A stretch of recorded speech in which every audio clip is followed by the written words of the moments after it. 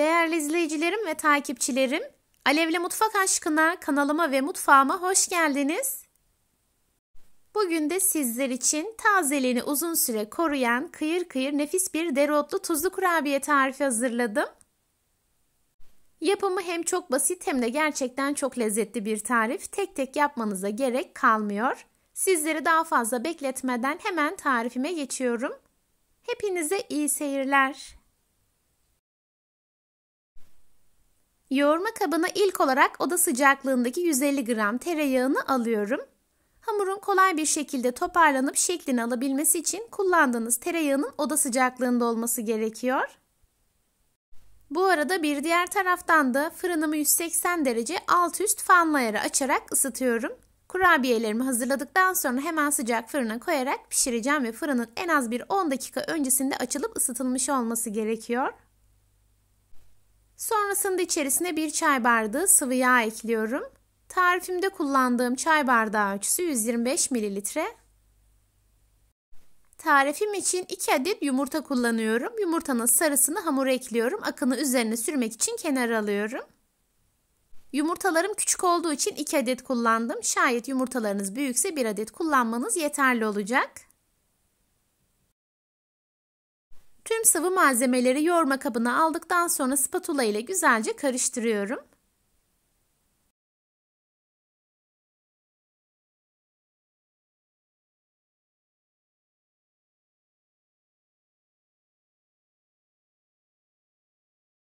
Yeteri kadar karıştırdıktan sonra ilk olarak yarım paket kabartma tozu ekliyorum. Sonrasında 1 yemek kaşığı sirke, 1 tatlı kaşığı tuz ve 1 tatlı kaşığı şeker ekliyorum. Tuz ve şeker aynı ölçüde olan kurabiyeler her zaman tuzlu kurabiyedir. Tekrar tüm malzemeleri güzelce karıştırıyorum. Daha sonra unumu ekleyerek yumuşak bir hamur hazırlayacağım. Hamur toparlandıktan sonra en son içerisine ince ince doğradığım dereotunu ekleyeceğim.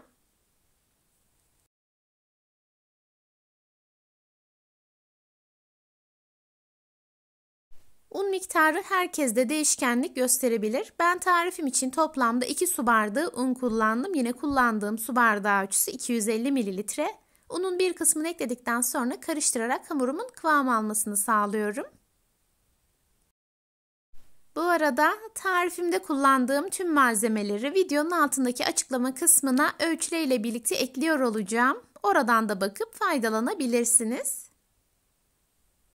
Yağlı bir hamur olduğu için elimle çok fazla müdahale etmiyorum ve spatula ile karıştırıyorum. Hamurum toparlandıktan sonra hızlıca elimle yoğuracağım. Zaten kullandığım tüm malzemeler oda sıcaklığında olduğu için hamurum kolaylıkla toparlanıyor ve çok fazla yoğurmamıza gerek kalmıyor. Bu aşamadan sonra spatulayı temizleyerek içerisinden çıkartıyorum ve elimle yoğurmaya devam ediyorum.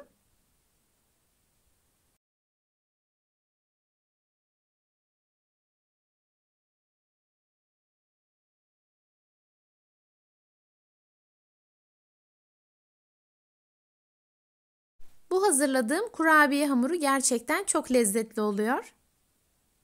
Üstelik tazeliğini uzun süre muhafaza ediyor. Dilerseniz bu tariften bolca yaparak evinizde her zaman bulundurabilirsiniz.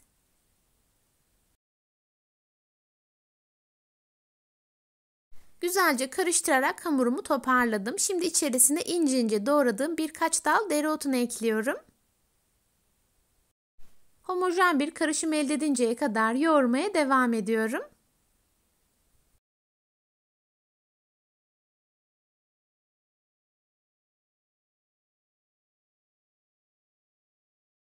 Yeteri kadar yoğurarak hamurumu hazırladım. Şimdi sizlere şöyle kıvamını göstermek istiyorum.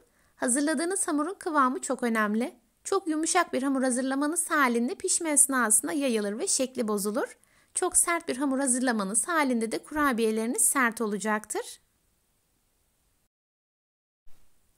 Hamuru yoğurarak hazırladıktan sonra tezgaha fırın kağıdını seriyorum ve bu hazırladığım hamuru elimle iyice sıkıştırıp yuvarlak bir form verdikten sonra fırın kağıdının üzerine alıyorum.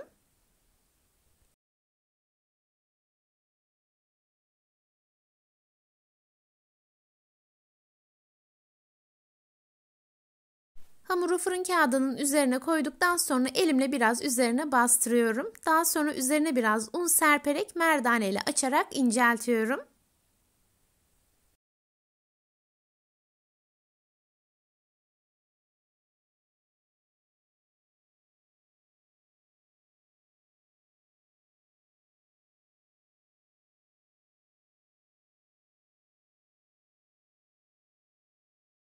Hamur açarken her yerinin eşit incelikte olmasına lütfen özen gösterin. Gördüğünüz gibi kurabiyelerimizin yapımı oldukça basit. Tek tek uğraşmanıza gerek kalmıyor. Güzelce açtıktan sonra üzerine yumurta akını süreceğim. Daha sonra üzerine kavrulmuş susam serperek keseceğim.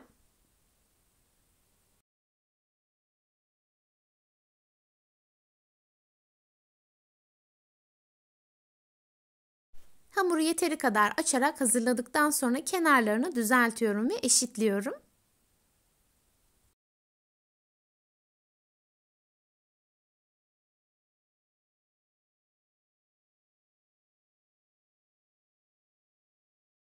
Hamurumu güzelce açarak hazırladım. Şimdi yumurta akını hamurun her yerine fırça yardımıyla sürüyorum.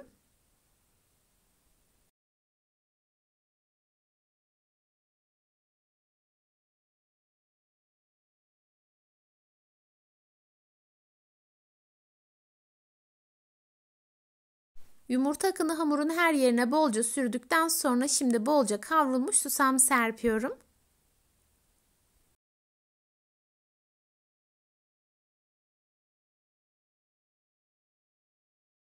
Kurabiye hamurumun üzerine susamı koyduktan sonra şimdi rulet yardımıyla kare olacak şekilde kesiyorum.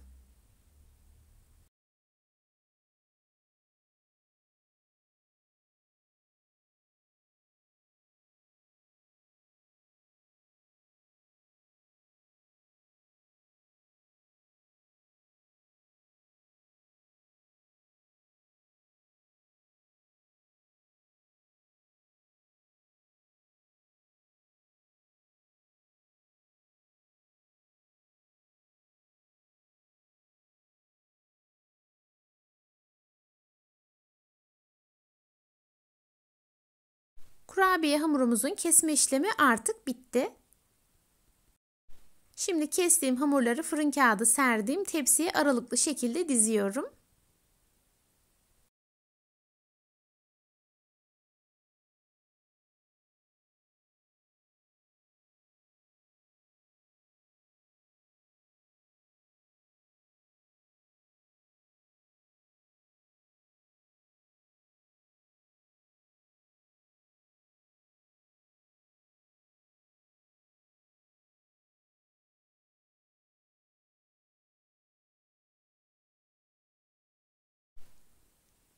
Tepsim artık fırına girmek için hazır. Önceden ısıttığım 180 derecelik alt üst fanlayara koyarak pişiriyorum. Pişme süresi oldukça kısa. Yaklaşık 20 dakikanın sonunda pişen kurabiyelerimi fırından çıkartıyorum ve soğumaya bırakıyorum. Kurabiyelerim soğuduktan sonra hemen servis tabağına alarak sizler için sunuma hazırlıyorum. Gördüğünüz gibi kurabiyemizin altı üstü nar gibi kızardı. Ve de gördüğünüz gibi pişme esnasında yayılıp şeklinde bozulmalar olmadı ve formunu korudu. Muhteşem görüntüsü ve harika lezzetiyle kıyır kıyır kurabiyelerim artık servis için hazır. Bu pratik ve lezzetli tarifimi yapıp deneyecek olan herkese şimdiden afiyet olsun. Sizler bu güzel tarifimin son halini izlerken ben de sizlere veda etmiş olayım. Bugün yine çok güzel bir tarifimin sonuna geldim. Beni izlediğiniz için hepinize çok teşekkür ederim. Videomu beğendiyseniz beğenmeyi, hala kanalıma abone değilseniz bana destek olmak için abone olmayı ve yeni videolarımdan anında haberdar olmak için bildirim zilini açmayı unutmayın lütfen. O değerli ve güzel yorumlarınızı her zaman bekliyorum. Videolarımı görmesini istediğiniz arkadaşlarınızla paylaşabilirsiniz. Tarifimi yapıp deneyecek olan herkese şimdiden afiyet olsun. Başka tariflerde ve başka lezzetlerde buluşmak ümidiyle kendinize çok iyi bakın. Hoşça kalın. Allah'a emanet olun.